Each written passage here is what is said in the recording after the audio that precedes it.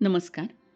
आज 16 जानेवारी 2024 रोजी मनात शिरताना या श्रीकांत मोरे यांच्या पुस्तकाचे अभिवाचन मी करत आहे.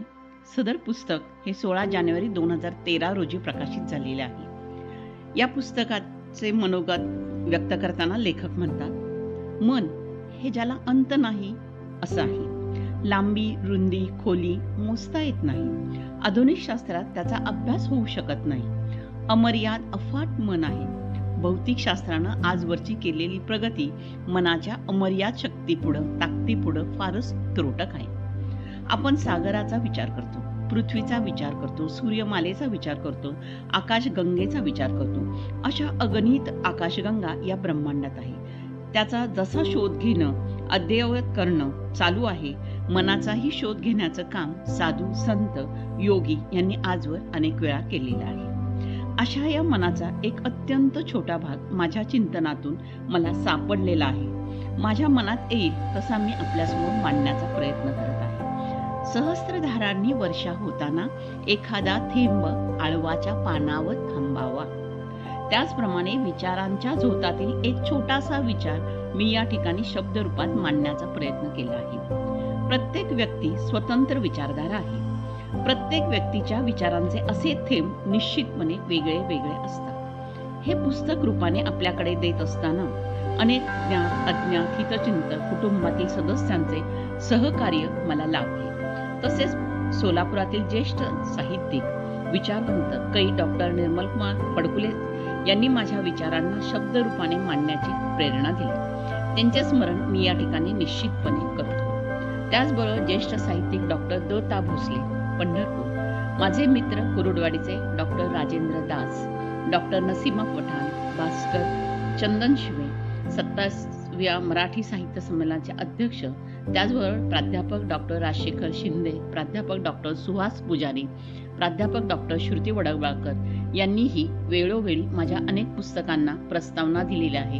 त्यांचेही मी आभार मानत आहे. सगळ्यात शेवटी सोलापुरातील ज्येष्ठ साहित्यिक कै नागेशराव सुरवसे, कै दत्ता हलसगीकर, माझ्यावर प्रेम करणारे अनेक रसिक आणि मनोरमा साहित्य संमेलन व सर्व संयोजक, मनोरमा परिवाराचे सर्व सदस्य, मनोरमा सखी मंच यांच्या ऋणामध्ये मी राहू इच्छितो, मी पसंत करतो. धन्यवाद. यातील प्रथम लेख आहे चंचल मन. अरे, त्याच्या मनाचं काय घेऊन बसलाय? आज इथं तर उद्या तिथं. तो मनानं फारच हळवा आहे रे, फारच भावनिक आहे तो, पण मनानं सच्चा आहे. मनाबद्दल आपण नेहमी बोलतो, मनाने मनाशी गप्पा मारतो. माझं मन असं आहे, माझं मन तसं आहे. मनाला हे पटेलच असं नाही. त्याच्या मनाचे काही खरे नाही, केव्हाही बदलेल. चंचल मन आहे रे. माझी या मनाची रीत कळेना. मनाबद्दल सारेच बोलतात, लिहितात, सर्वसामान्य साधू, संत, योगी, महापुरुष, पण मन म्हणजे नेमकं काय याबाबत मौन पाहतात. मौनाने मनाचे सामर्थ्य वाढते असंही म्हणतात. मीही प्रश्नाचे उत्तर देण्यापेक्षा मनाबद्दल गप्पच राहावे म्हणतोय. माझं मन कुठं शांत बसतंय, सतत लिही लिही म्हणून मागं लागलंय. कुठं कुठं फिरतंय, ते क्षणात इकडं तर क्षणात तिकडं. विषय तर कोणताही वर्ज नाही, ठिकाण तेही नाही.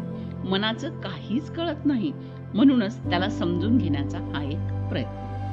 शास्त्रीय, साहित्यिक, आध्यात्मिक, वैद्यकीय, सामान्य विचार, मनाबाबत असामान्य विचार, साऱ्याच माध्यमातून मनाच्या सर्व बाजूंनी विचार करून पाहिले. सर्व रंग वापरले, कितीतरी स्केचेस तयार केले.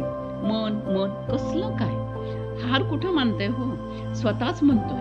खूप जटिल समस्या, गुंतागुंत आहे मनाबाबत. नेमकं तर्क मांडणं अवघड. तर्क अनुमानावर आधारलेले असते. अनुमान निश्चित शास्त्र नाही, अपवाद असतात. मन हे साऱ्या मानवाला कधीच न कळलेलं असं अपवादात्मक महात्म्य आहे. काय आवडते मनाला, काय विचार करते मन, एका क्षणात इथं, एका क्षणात तिथे. मन असे, मन तसे. मनाचं काय घेऊन बसलाय? समाजाचं बघा. मनाला नेहमी जे वाटतं तसं कधीच नसतं. आपण तसे घडवितो. मनाचं सारं असंच असतं. न कळते, न समजते, तरी मनाचे मनाला मान्य असते. मन कधी हसते आपल्याच विचारांना, दुसऱ्यांचे विचार दूर करते, कधी कधी एकटेच असते. बहुतेक वेळा त्याला एकटे सैर करणे पडते. गर्दीचे त्याला वावडे असते. मार्ग त्याला त्यातून एकला जायचे असते. खूप बैचेन असते.